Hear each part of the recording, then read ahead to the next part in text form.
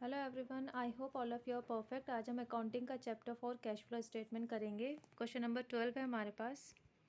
Calculate cash flow from operating activities from the following details. Particulars 31 March 2023, 31 March 2022। Surplus, that is balance in statement of profit and loss account, 80,000, 60,000. Trade receivables 25,000, 31,000. Provision for depreciation 40,000, 30,000.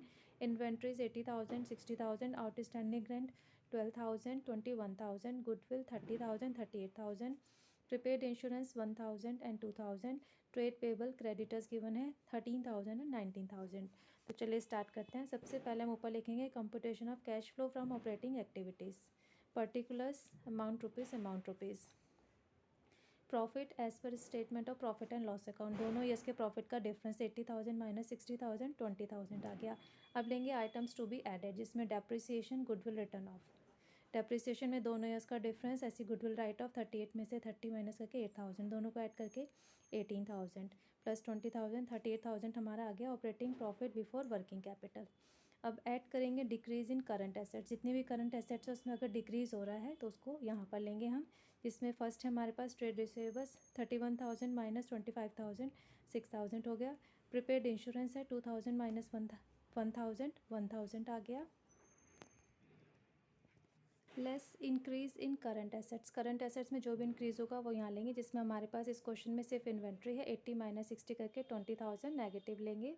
फिर less करेंगे decrease इन current liabilities, जितनी भी current liabilities हमारी decrease हो रही है। Outstanding rent है 21,000 minus 12,000 करके 9,000। ट्रेड पेबल्स है 19,000 माइनस 13,000 करके 6,000।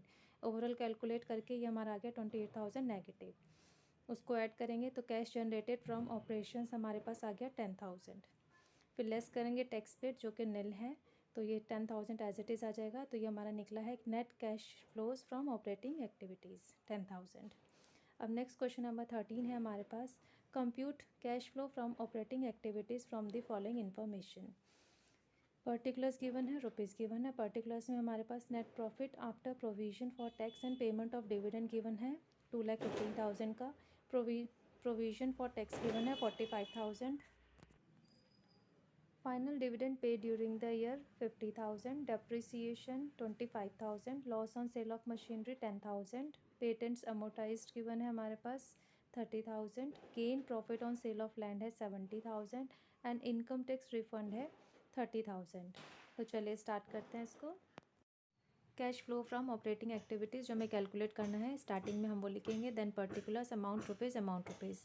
फिर हम लेंगे net profit after provision for tax and propose dividend 2,15,000 जो हमें क्वेश्चन में गिवन है। Then add provision for tax 45,000, propose dividend 50,000, add करके हमारा आ गया 3,10,000 जो हमारा निकला है प्रॉफिट बिफोर टैक्सेशन। फिर ऐड करेंगे items to be added, depreciation, loss on sale of machinery, patents amortised. Difference ले लेंगे 25,000, 10,000 एंड 30,000, ऐड करके आ गया 65,000।